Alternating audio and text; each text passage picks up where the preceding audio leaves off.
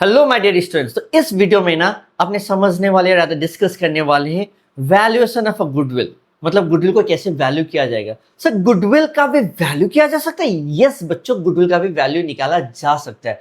Sir goodwill क्या होता है? गुडविल एक इंटेंजिबल एसेट है। इंटेंजिबल का मतलब क्या? ना ही आप उसको देख सकते हो, ना ही आप उसको छू सकते हो, बस और बस आप उसको क्या कर सकते हो? महसूस कर सकते हो। और एसेट का मतलब क्या है? कोई भी इकोनॉमिक रिसोर्स जिसके ऊपर आपका हक है एंड देन उससे आपको क्या करना है? बेनिफिट मिलने वाला है in the near future. So that is what is known as asset. सो गुडविल एक ऐसा एसेट जिसको आप नहीं देख सकते हो, नहीं आप छू सकते हो, लेकिन ये आपको बेनिफिट भी देने वाला है आने वाले दिनों में। और इसी गुडविल को अपने क्या करने वाले हैं? वैल्यू करने वाले हैं। सर गुडविल का वैल्यू किया जा सकता है ना? हाँ किया जा सकता है, और इसके लिए बहुत अलग अलग मेथड्स भी है कि अपने क्लास 12 में अपने पास 4-5 मेथड्स है, उसको अपने डिस्कस करेंगे एंड लॉजिकली समझेंगे इस वीडियो में कि इन सारे मेथड्स का क्या क्या बैकग्राउंड है, क्यों और कब और कहां इस मेथड को यूज करना चाहिए। और ऑब्वियसली आपको मालूम है इस सारी चीजों का आपको टाइम स्टैम्प मिल जाएगा। आपको जिस टॉपिक में, जिस मेथड में आपको ज्यादा दिक्कत है, आप डायरेक्टली उसमें जंप भी कर सकते हैं। पहला चीज सर इसका वैल्यू करना है। सर देखो, नॉर्मली जैसे हम लोग कोई भी एक एसेट खरीदते हैं ना, उस एसेट खरीदते समय हम लोग उस एसेट का वैल्यू कैसे लगाते हैं? Let me be more precise. मान लो इस आदमी को ये डेस्क बेंच खरीदने जाना है, तो ये जब डेस्क बेंच का जो पैसा लगाएगा ना, इसका जो वैल्यूएशन करेगा ना, वो कैसे करेगा? वो ये देखना चाहेगा कि ये डेस्क बेंच उसको कितना बेनिफिट मिल सकता है। वो कोई 1 करोड़ 2 करोड़ या 10 लाख 20 लाख नहीं देने वाला इसके लिए। वो ये देखेगा कि वो इससे कितना बेनिफिट मिलेगा। मे बी सेम आईपैड या सेम चीज आपको कितना में मिल सकता है? 30,000 में भी मिल सकता है, 20 में भी मिल सकता है, 60 में भी मिल सकता है, 80,000 में मिल सकता है। डिपेंडिंग अपॉन आप कितना बेनिफिट आप उठा सकते हो, आप उतना पैसा देने के लिए रेडी हो।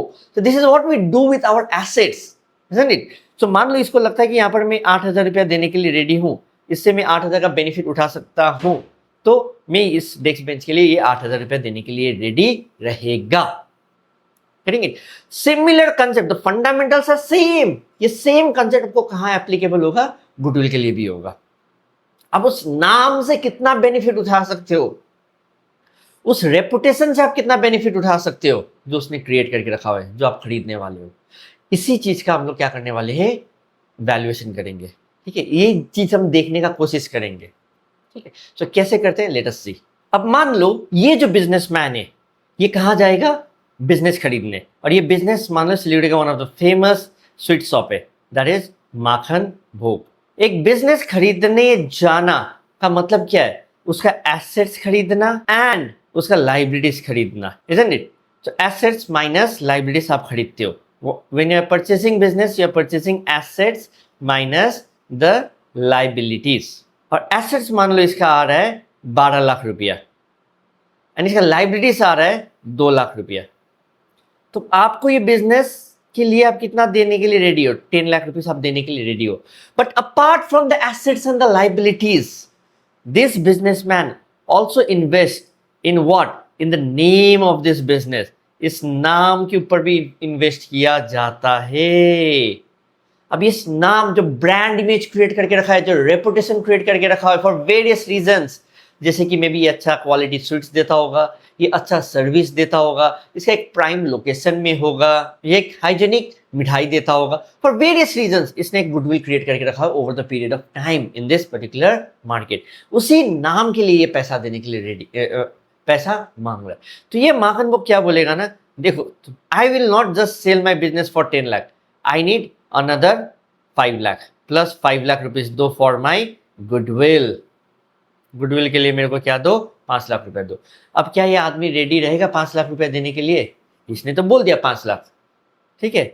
ये बोलेगा मेरे को पहले समझने दो कि मैं तुम्हारे नाम से कितना बेनिफिट उठा सकता हूं, अकॉर्डिंगली मैं तुमको पे करूंगा। अब ये बेनिफिट कैसे उठाया जाएगा? इस बेनिफिट उठाना को कैलकुलेट करने के लिए अपने पास 4-5 मेथड्स है क्लास 12 में, that we are going to do. And one of the very important chapter, आपको कॉलेज में भी काम लगेगा, सीए ये सब भी करते हैं तो आपको ये काम लगता है। ठीक है, so let us understand the first method and let us see how we are able to find out the benefit which we are getting. तो मेथड्स ऑफ वैल्यूएशन में सबसे पहला मेथड और इजीएस्ट मेथड जो है that is average profit method. ठीक है, average profit method के अंदर आपके पास दो मेथड है, that is simple average profit method and weighted average profit method. अच्छा, जो भी अपने 5 मेथड जो डिस्कस करेंगे क्लास 12 में, सर क्या पांचों मेथड में सेम आंसर आएगा? नहीं, डिपेंडिंग अपॉन द सिनेरियो कहाँ कैसा मेथड लगना चाहिए वहां पर लगाया जाएगा। अपने को उतना चाप नहीं, अपने को एग्जाम में दे देगा कौन सा जगह में क्या मेथड लगाना है, बस अपने लॉजिक समझ रहे हैं इस वीडियो में।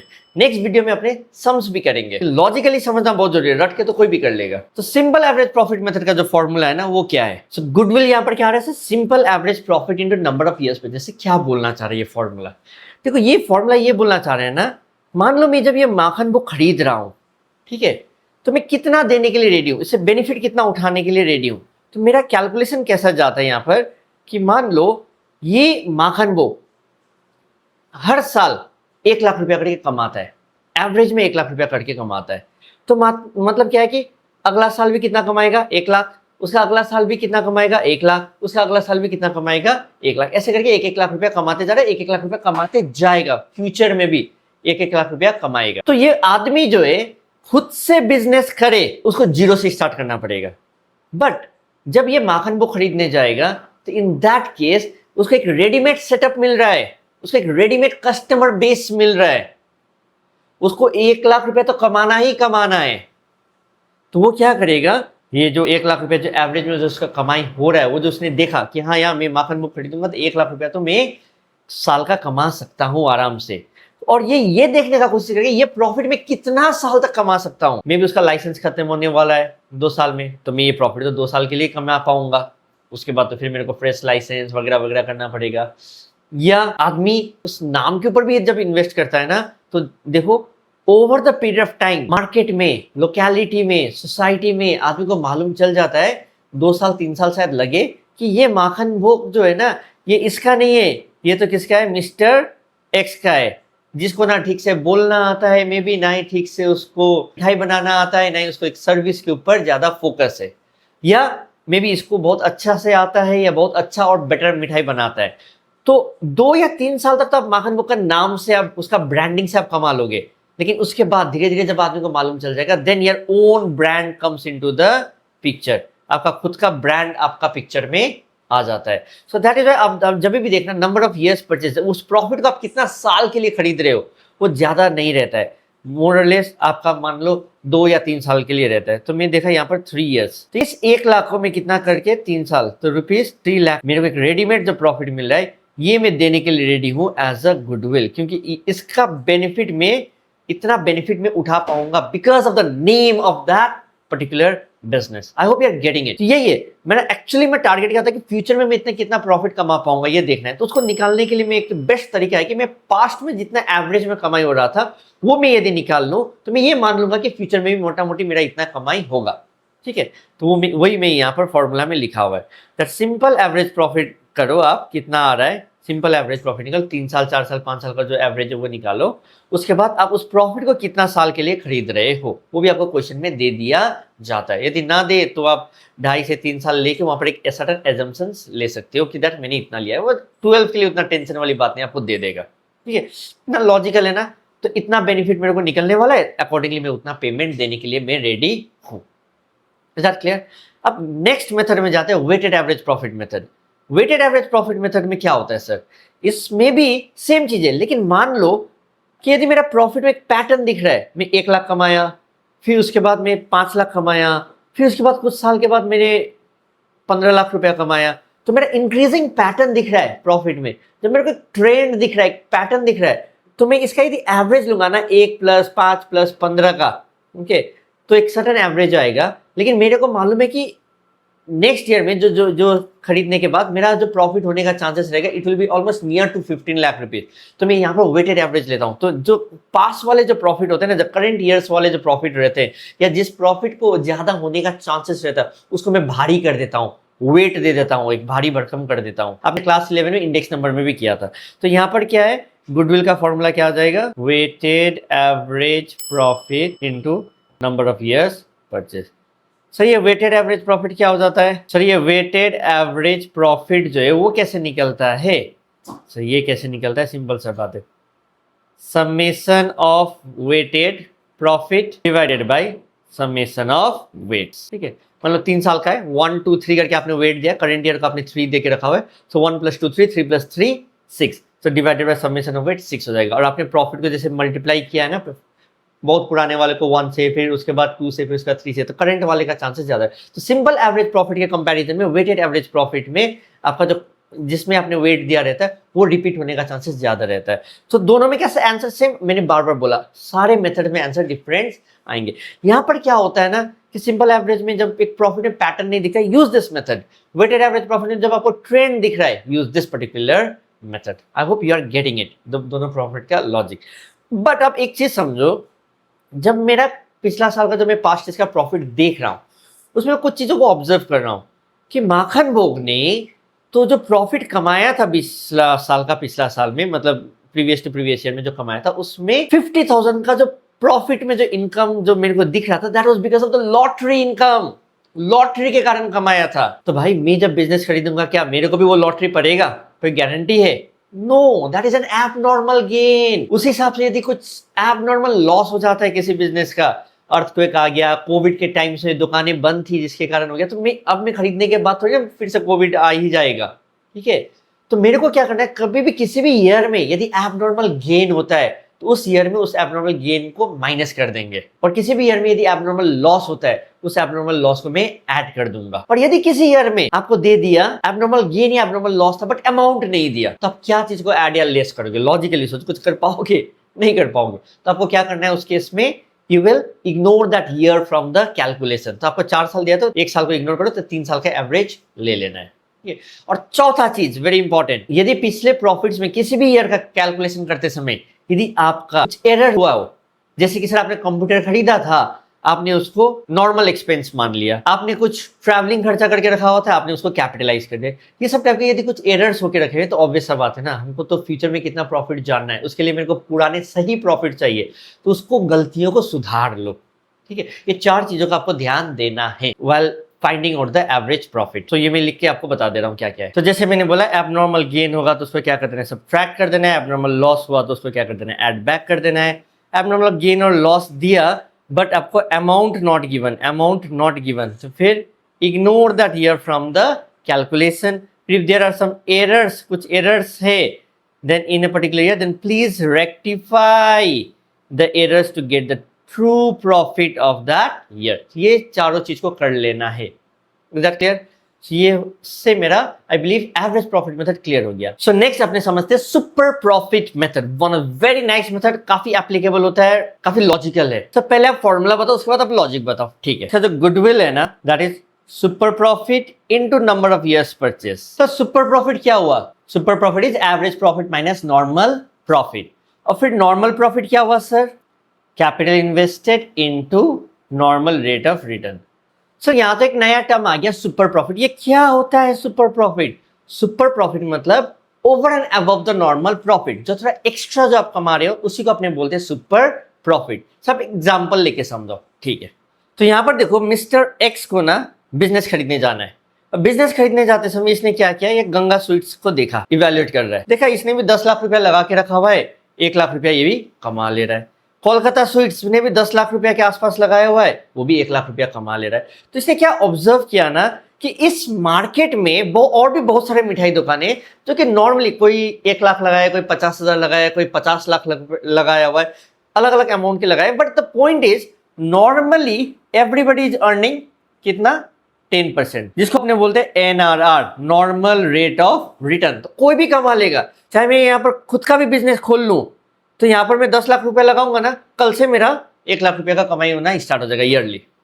ठीक है, इसको बोलते हैं अपना normal rate of return. But उसी भीड़ में एक बिजनेस है, दैट इज माखन भोग। उसने भी 10 लाख रुपया लगाया हुआ है, लेकिन वो कितना कमा रहा है, 1.5 लाख। वो 50,000 रुपया एक्स्ट्रा कमा रहा है, वो 15% का रिटर्न अर्न कर रहा है। क्यों? Because of the goodwill. वो अच्छा बेचता होगा, अच्छा क्वालिटी देता होगा, अच्छे सर्विस देते होंगे, कस्टमर को इज्जत देता होगा, हाइजीन मेंटेन करता होगा, जिसके कारण यहाँ पर is able to earn extra 50,000 rupees. ये जो 50,000 एक्स्ट्रा जो अर्न किया जा रहा है ना, इसी को अपने बोलते हैं सुपर प्रॉफिट। और मैं 1.5 लाख इंटू 3, मतलब मान लो मैं 3 साल के लिए खरीद रहा हूँ, इस प्रॉफिट को, तो 1.5 लाख इंटू 3 में 4.5 लाख रुपए देने के लिए रेडी नहीं हूं। क्यों? क्योंकि मैं भी 10 लाख रुपए यदि लगाऊं ना तो 3 लाख तो मैं भी कमा ही लूंगा, 1 लाख 1 लाख 1 लाख करके 3 साल में। 3 साल में मैंने एक्स्ट्रा बेनिफिट कितना मिल रहा है? 50,000 into 3, that is 1.5 lakh. So I'm ready to pay him that 1.5 lakh extra because that is the amount of benefit which I'm getting. This is what is sees in the super profit method. ठीक है, तो already आजकल हर एक चीज में कहीं ना कहीं किसी न किसी तरीका का कंपटीशन रहता है, ये ऑलरेडी एग्जिस्टिंग मार्केट रहता है, इसलिए सुपर प्रॉफिट मेथड जो है ना काफी ट्रेंडिंग में भी रहता है, काफी यूज भी होता है। सो सुपर प्रॉफिट इंटू आपने जितना साल के लिए खरीदा, सो ही इज रेडी टू पे 50,000 into 3, 1.5 lakh rupees as the goodwill in our current example. So capitalization method ना कहीं इसको आप बोल सकते हैं reverse of the previous method, उल्टा बैक कैलकुलेशन करके आपको निकालना है गुडविल कितना है। इसके अंदर आपके पास दो मेथड आते हैं, कैपिटलाइजेशन ऑफ एवरेज प्रॉफिट, या आपके पास आता है दूसरा है कैपिटलाइजेशन ऑफ सुपर प्रॉफिट। सो जैसे मैंने आप लोगों को बोला इस रिवर्स कैलकुलेशन है यहाँ पर। सो कैपिटलाइजेशन ऑफ एवरेज प्रॉफिट में आप क्या करोगे, capitalised value of average profit minus net asset, मतलब वो जो प्रॉफिट आया है ना, वो प्रॉफिट कमाने के लिए आपको एसेट कितना चाहिए था। आपके पास जो प्रॉफिट है उस प्रॉफिट कमाने के लिए आपके पास उसका एसेट आपको कितना चाहिए था, ठीक है, और एक्चुअली में आपने कम एसेट में कमा लिया। ऐसे कैसे पॉसिबल हो सकता है? It is because of the fact वहां पर गुडविल है। So let me take some number, capitalised value of average profit मतलब average profit divided by normal rate of return. मतलब 1 लाख रुपया मैंने इन्वेस्ट किया है और रेट ऑफ रिटर्न है 10%, इसका मतलब मैं 10,000 रुपया कमाया। तो 10,000 रुपया कमाने के लिए मेरे को कितना कैपिटल चाहिए? 1 लाख रुपया चाहिए। रिवर्स कैलकुलेशन, ठीक है, समझ में आ रहा है? 1 लाख रुपया इन्वेस्ट किया, 10% रेट ऑफ रिटर्न है, तो मैंने 10,000 रुपया कमाया। 10,000 कमाने के लिए यदि रेट ऑफ रिटर्न 10% है तो कितना कैपिटल होना चाहिए था? 1 लाख। ये बोलना चाह रहे capitalised value of average profit, ठीक है। एग्जांपल लेते हैं, एवरेज प्रॉफिट कितना लिया हुआ यहाँ पर? 1 लाख मैंने लिया। नॉर्मल रेट ऑफ रिटर्न कितना है? 10%। नेट एसेट इस बिजनेस का, इस पर्टिकुलर बिजनेस का नेट एसेट कितना है? 8 लाख रुपीस। अब यदि मैं इसको कैपिटलाइज्ड वैल्यू करूं, capitalised value of average profit, ये जो प्रॉफिट कमाया है इसको कमाने के लिए कितना चाहिए था? इसको 10%, इसको चाहिए था 10 लाख रुपया चाहिए था, बट ये बंदा कितना में कमा रहा है? 8 लाख रुपया लगा के कमा ले रहा है। How is that possible? It is possible because he has a goodwill in the business, goodwill of rupees 2 lakh. तो यहाँ पर गुडविल कितना आ गया सर आपका? Goodwill capitalised value of average profit that is 10 lakh minus 8 lakh करोगे तो आपका कितना आ जाएगा? रुपीज 2 लाख। इसी को अपने बोलते हैं गुडविल। ये गुडविल जो आपको एक ऐसा चीज, एक ऐसा एसेट है आपके पास जो किसी को दिख नहीं रहा है, और उस एसेट की वजह से भी आप क्या कर रहे हो? आप ऐसा कमा ले रहे हो। तो this is what is goodwill under capitalised value of average profit. अब सुपर प्रॉफिट में क्या होता है ना, सुपर प्रॉफिट में आपने ऑलरेडी उस सुपर प्रॉफिट निकाल दिया है, तो आपको ये माइनस करने का दरकार नहीं है। तो आप क्या कर लोगे यहाँ पर? Goodwill is equals to super profit divided by normal rate of return into 100। तो डायरेक्टली आपका क्या आ जाएगा? इधर गुडविल आ जाता है अंडर सुपर प्रॉफिट मेथड में। सो आई होप ये आपको समझ में आया, ये पांचों मेथड आपको समझ में आया, ये 5 फॉर्मूला का लॉजिकली दिमाग में बैठ गया, मजा आ गया। नेक्स्ट, अच्छा, इसका जो थ्योरेटिकल जो टच है, तो what is goodwill, what are the importance of goodwill, what are the reasons, वो आपका स्लाइड में दिख जाएगा आपको। नेक्स्ट क्लास में अपने कुछ क्वेश्चंस करेंगे। आई थिंक मैं 2 वीडियोस दूंगा, ओके, 2 मोर वीडियोस दूंगा। एक में हो जाता है तो वेल एंड गुड, नहीं तो मैं 2 वीडियोस दे दूंगा हॉट्स क्वेश्चन को भी कवर अप करते हुए, to cover up all the sums of goodwill. Please do like, comment, share and subscribe. थोड़ा मोटिवेशन चाहिए होता है अपने को भी वीडियो बनाए रखने के लिए।